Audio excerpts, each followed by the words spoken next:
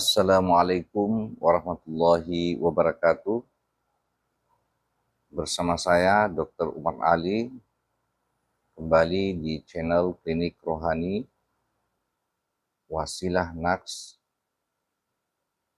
sebuah media untuk saling berbagi dan mengedukasi terkait tentang ilmu dan praktek kerohanian. Sebelumnya kita telah membahas terkait tentang bagaimana sistem dan metodologi rohani, di mana sistem rohani yang berada pada dimensi mutlak, dimensi qadim, maka disinilah akan menggunakan yang namanya sistem wasilah, sebagaimana perintah Allah Subhanahu wa Ta'ala di dalam Al-Quran, surah Al-Maidah 35. Nah, sistem wasilah ini bagaimana hubungan secara dimensional antara manusia di alam fisika menuju ke Allah Subhanahu wa Ta'ala di alam maha metafisika. Maka di sini berlaku urutan dimensional Allah di maha metafisika, kemudian melalui dimensi rohani sebagai alam metafisika, dan kita manusia di dimensi jasmani berada di alam fisika. Maka berlaku pula rumusan Allah di dimensi yang maha sadar, kemudian di dimensi rohani alam ultra sadar atau di atas sadar, kemudian kita di dimensi jasmani di alam sadar. Nah, disinilah kita harus jeli dan harus presisi tinggi melihat keterhubungan koneksi manusia dengan Tuhan secara dimensional. Nah, pada kesempatan ini kita membahas tema terkait tentang praktikum rohani atau kerohanian. Praktikum adalah praktek bagaimana cara berlakunya semua amalan yang diibadahkan menuju diniatkan kepada Allah Subhanahu wa Ta'ala. Dengan adanya sistem wasilah sebagaimana di An-Nisa 59, ya ayyuhallazina amanu atiullaha wa atiur rasul wa ulil amri minkum. Inilah ayat yang melengkapi, yang menjelaskan sistem wasilah. Ada Allah di balik Rasul, dan Rasul ada di ulil amri minkum. Ini juga menunjukkan bagaimana secara dimensional Allah di Maha Qadim, kemudian Rasulullah atau Rasul di alam ruhani, dan kemudian ulil amri minkum yang ada di alam zahir atau di alam jasmani manusia. Jadi sistem wasilah adalah sistem keterhubungan atau yang disebut dengan tali agama Allah.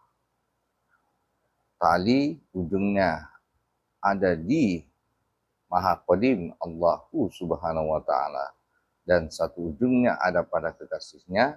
Itulah pilihan Allah para utusan yang disebut di An-Nisa 59 adalah ulil amri minkum, orang yang dikuasakan dalam urusan kerohanian. Jadi An-Nisa 59 ini sangat eksplisit, gamblang menggambarkan terkait tentang sistem ketuhanan, sistem kerohanian sebagai jalan satu-satunya untuk menuju kehadirat Allah Subhanahu wa Ta'ala. Nah, bagaimana praktek rohani di alam rohani menuju ke Allah yang maha rohani? Disinilah yang sebagaimana sudah kami sampaikan, akan berlaku hukum ilmiah, hukum matematis, bahwa kita di alam jasmani, alam sadar, alam fisika yang sifatnya relatif, kita akan menggandeng faktor mutlak, ekspert, tak terhingga, sama dengan limit nol. Limit nol berarti ada proses adaptasi secara dimensional, ada proses adaptasi kodim, yang dimana lakunya tidak berlaku di alam zahir fisika ini, tetapi berlakunya di alam rohani, di balik alam jasmani. Maka akan berlaku hukum fisika matematika. Kita menggunakan entitas ruhani sebagai satu-satunya jalan. Jadi ruhani atau ruh manusia yang sifatnya metafisika menuju menggandeng Rasulullah sebagai nur Allah, sebagai guru nur atau guru cahaya yang sifatnya metafisika, maka akan berlaku fisika secara syariat. Artinya manusia yang menggandeng faktor mutlak, faktor ketuhanan, dan kemudian berproses beradaptasi di alam metafisika, di alam rohani, maka hasilnya ya fisika. Tapi fisika yang sudah menggandeng faktor mutlak. Itulah makam ma'rifatullah yang di dunia, di alam fisika jasmaninya seperti kondisi yang biasa-biasa saja. Karena seluruh elemen jasmani sudah pada titik zero, pada koordinat nol. Sudah tidak ada toleransi terkait tentang kesadaran jasmani. Sekali lagi, bahwa kesadaran jasmani yang bertumpu pada akal dan panca indera ini wajib lumpuh ketika menggandeng faktor mutlak, apapun yang sifatnya relatif, maka hasilnya adalah limit nol. Kita akan beradaptasi, kita akan mengalami secara hakul yakin, secara empiris di alam qadim, di alam rohani ini. Maka disitulah makom dan hasil dari proses cara menggunakan faktor ketuhanan atau faktor yang tak terhingga. Nah, secara praktek ini ada di metodologi ruhani yang sudah kami jelaskan di video sebelumnya, bahwa ada syarat rukun. Jalan tadi adalah jalan sistem wasilah, dan kemudian ada cara atau technical. Nah, dalam metodologi ruhani ini, inilah yang berlaku sebagai metodologi agama, yang dimulai dengan cara pertama harus ada proses baiat. Kalau di agama Nasrani kita sebut sebagai proses baptis. Di agama-agama Hindu, Buddha, ini proses inisiasi. Ini sangat penting sebagai awal portal pintu menuju dimensi kerohanian. Kita harus ditanamkan nur di dalam hati kita, di hati sanubari. Itulah mengaktifkan ruhani manusia. Sebagaimana dalam Asyurah 52, ditanamkannya nur iman dan nur kitab. Inilah sebagai modalitas faktor yang akan menjadi bahan untuk proses adaptasi di alam ruhani. Nah, cara yang kedua, ketika setelah baiat, maka kita akan beradaptasi. Kita masuk di metodologi yang kedua adalah zikir. Jadi dalam metodologi ini ada syarat rukun, itulah syarat Islam, dan kemudian syarat iman. Tadi yang ditanamkan nur iman dan nur kitab. maka berlakulah dalam rukun Islam yang disebut dengan proses awal kita memasuki agama adalah proses syahadat, penyaksian.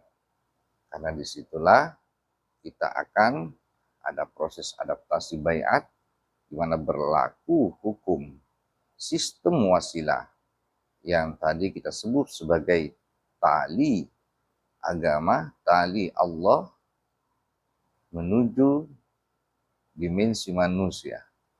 Inilah yang disebut sebagai channel yang ada frekuensi dan gelombang Allahu Subhanahu wa Ta'ala yang dibawa oleh seorang utusan manusia pilihan, itulah yang dibawa oleh para anbiya, para nabi dan rasul yang sekarang di akhir zaman adalah para al-ulama warasatul anbiya, para ulama-ulama yang mewarisi ruhani Rasulullah yang arwahul muqaddasah yang telah mencapai maqam ruhani yang suci dan disucikan, ruh yang sempurna dan yang disempurnakan. Nah, sehingga proses syahadat dan baiat inilah terjadi proses adaptasi di mana kita terjadi proses penyaksian, proses sistem robita di alam fisika, kita bertemu dengan guru nur, guru cahaya. Itulah yang disebut dengan wali yang mursyida, ulama pewaris nabi. Disitulah akan terjadi proses robita, terjadi proses induksi, terjadi stimulasi gelombang dan frekuensi yang sama, akan terjadi yang namanya proses adaptasi, induksi, dan terjadi resonansi nur di dalam hati sanubari manusia yang telah ditanamkan tadi adalah nur iman dan nur kita. Proses adaptasi ini secara berkelanjutan, terus-menerus, kita patuh dan taat kepada guru nur Rasulullah di alam ruhani. Karena kita menggunakan teknologi ruhani yang berasal dari metodologi channel wasilah yang ada adalah frekuensi dan gelombang ketuhanan yang dibawa oleh manusia pembawa wasilah di akhir zaman. Ada proses induksi dan resonansi, maka akan terjadi kemudian proses koherensi, terjadi hubungan timbal balik, getar dan menggetar. Itulah yang disebut dalam Al-Quran orang-orang yang beriman. Ketika disebut Allahu Subhanahu wa Ta'ala, diingat kepada Allah, kepada Tuhan, maka terjadilah yang namanya resonansi iman, resonansi nurani, getar menggetar, terjadi induksi, resonansi, dan koherensi gelombang. Inilah akan berlaku di alam nur rohani secara dimensional yang disebut dalam bahasa syariat adalah proses mi'raj. Maka disebutlah salatnya orang-orang yang beriman adalah proses mi'raj menuju Allahu Subhanahu wa Ta'ala. Dan kemudian cara yang ketiga adalah setelah zikrullah adalah suluk. Suluk adalah sebuah riadah yang dulu semua nabi rasul melakukan suluk. Kadang di negeri kita disebut dengan tata berata, dalam proses pemampatan yang dulunya 40 hari yang dilakukan oleh seluruh arwah para nabi dan para rasul.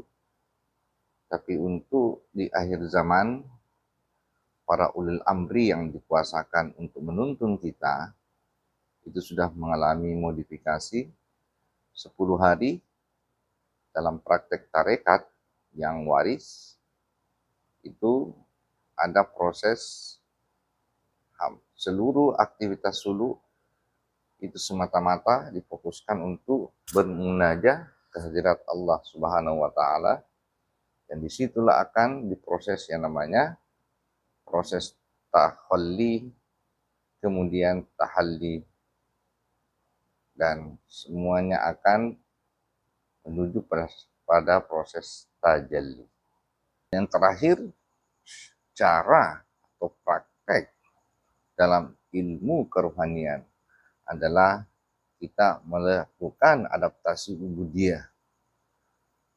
Kita curahkan semua niat, perbuatan yang kita cintai, yang melekat di diri kita, semua curahan kasih sayangnya diberikan kepada Tuhan, kepada Allah Subhanahu wa taala.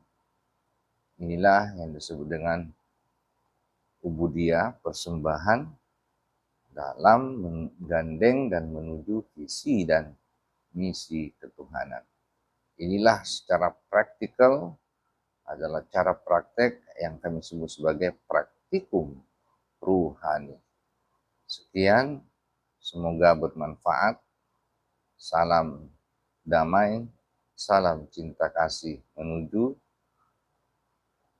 baldatun thayyibatun wa rabbun ghafur. Dari sini insya Allah terjadi resonansi gelombang Tuhan yang akan menyebar di seluruh tanah bumi Nusantara, yang insya Allah sebentar lagi akan menjadi pusat peradaban agama di dunia. Akhirul kalam, assalamualaikum warahmatullahi wabarakatuh.